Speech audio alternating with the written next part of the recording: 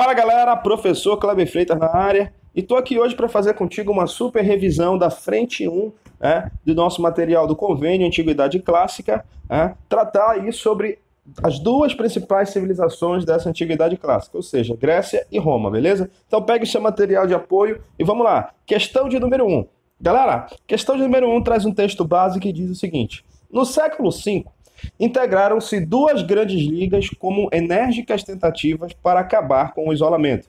Poderia cada uma delas, obedecendo respectivamente a Lacedemônia e a Atenas, ter efetuado um grande trabalho de unificação, não lhes houvesse a rivalidade impelido ao conflito. Galera, texto aqui, vamos tirar as informações dele, as ideias centrais.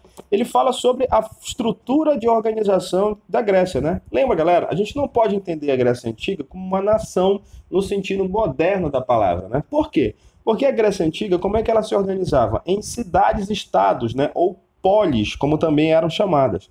E essas polis, elas tinham o quê? Uma autonomia política e militar, ou seja, cada polis tinha sua própria forma de governo e, consequentemente, tinha o seu próprio exército, né? Tanto que a gente sempre fala, o que unia a Grécia Antiga não era questão política, era questão cultural, né? Cultuavam os mesmos deuses e falavam o mesmo idioma, certo? E esse texto em questão fala sobre um período específico, né, da história da Grécia Antiga, que é quando essas cidades se uniram em duas ligas, né? Liga de Delos, liderada por Atenas, e Liga do Peloponeso, liderada por Esparta. Então vamos para a pergunta, olha só. No texto, o autor analisa uma característica da Grécia Antiga que teve como fundamento a negação de direito aos estrangeiros. Meu amigo, pelo texto, né, nós não conseguimos extrair essa informação. E lembrando que essa questão do estrangeiro na Grécia, ela variava muito de cidade para cidade, né? Por exemplo, em Esparta você viu uma aversão ao estrangeiro muito forte, uma xenofobia considerável. Já em Atenas, né, embora não tivessem direitos, esses estrangeiros eram comumente aceitos como metecos, certo? Letra B. Organização política em cidade-estado, com certeza, né? Esse aqui será o nosso gabarito, letra B, na questão 1, certo? Centralidade da mão de obra escrava, não dá para tirar essa informação do texto, né? Embora a mão de obra seja a principal mão de obra. Diversidade religiosa é o comentário que a gente acabou de fazer no início, né? Não há diversidade religiosa, pelo contrário, a religião é um dos fatores de unidade da Grécia Antiga, certo? E na letra E, ausência de códigos jurídicos, não, né? As cidades-estados, elas tinham as suas leis escritas, né? O exemplo de Atenas, lá desde o Código Draconiano, certo? Então, correta a letra B aí na questão 2, certo? Questão 2, vamos lá. O Enem do ano passado trouxe uma questão interessante e até mesmo muito fácil sobre Grécia, que dizia o seguinte, olha lá. A soberania dos cidadãos dotados de plenos direitos era imprescindível para a existência da cidade-estado. Segundo os regimes políticos, a proporção desses cidadãos em relação à população total dos homens livres podia variar muito, sendo bastante pequena nas aristocracias e oligarquias e maior nas democracias. Galera, olha só, daqui nós já conseguimos tirar duas informações, que há uma distinção clara entre o habitante da cidade e o cidadão, né? Ou seja, nem todo aquele que habita a cidade-estado era considerado um cidadão. Existiam critérios, né, dependendo dessa cidade-estado.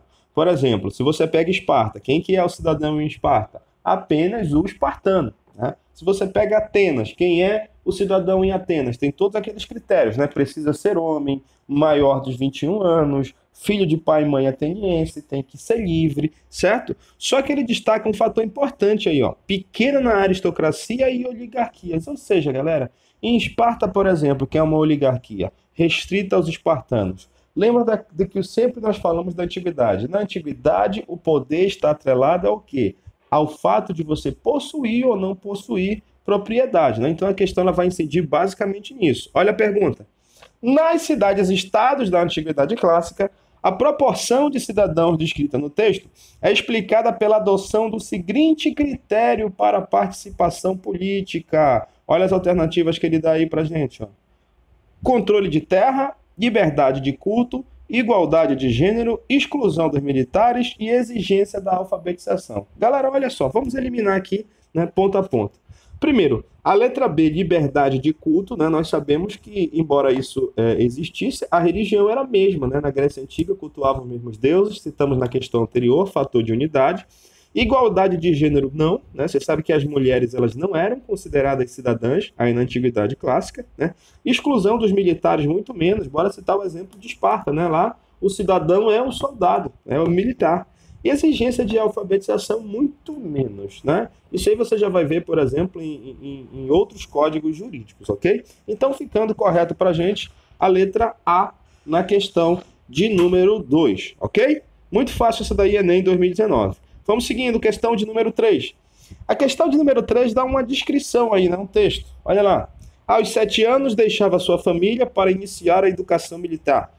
Aos 20, era admitido num grupo de outros guerreiros, a participação era obrigatória. Aos 30, ganhava poder de voto na Ápela, Assembleia Militar, que indicava o Conselho dos Anciãos. E aos partidos 60, se fosse um membro da aristocracia, podia ser indicado para o Conselho de Anciãos, a Gerúsia. Galera, essa questão aqui muito tranquila, né? Essa descrição aqui, ó, logo lhe vem à mente que processo aí, ó. Ah, professor, essa descrição me leva ao quê? A educação dos meninos espartanos. Exatamente, né? A vida de um cidadão espartano por completo. Então vamos saber o que a questão quer saber em cima disso. Vamos lá. As informações fazem referência, aí é fácil. Quais são as alternativas? O meteco ateniense? Não, né? Meteco ateniense é um estrangeiro. Nobre troiano? Com certeza não, né?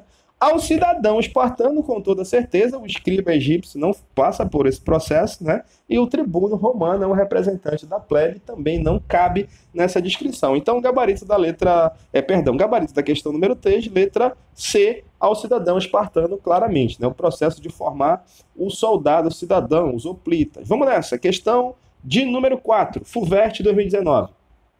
O Arco do Triunfo é um fragmento de muro que, embora isolado da muralha, tem a forma de uma porta da cidade. Os primeiros exemplos documentados são estruturas do século II a.C., mas os principais arcos do triunfo são os do Império, como os arcos de Tito, de Séptimo Severo ou de Constantino. Todos no Foro Romano e todos de grande beleza pela elegância de suas proporções. Galera, o texto aqui está falando de um elemento arquitetônico do antigo Império Romano, né? Que são os famosos arcos do triunfo, que são aí descritos nesse texto. Galera, o próprio nome Arco do Triunfo, ele já nos dá, né, uma ideia do que se tratam essas construções, né? Geralmente esses arcos, eles eram construídos para quê? Para celebrar as conquistas e as vitórias do exército romano, né? Então vamos ver o que a questão quer saber da gente aqui. Vamos lá. Dentre os vários aspectos da arquitetura romana, destaca-se a monumentalidade de suas construções. A relação entre o Arco do Triunfo e a história de Roma está baseada, vamos lá, letra A, no processo de formação da urbe romana e da edificação de entradas defensivas contra a invasão dos povos considerados bárbaros. Aqui não, né, galera? Primeiro porque ele fala século II. Eu ainda não tenho invasões germânicas nesse contexto, né? B, nas celebrações religiosas das divindades romanas, não. Se falasse dos templos romanos, né, espalhados por todo o Império, estaria correto, não é isso?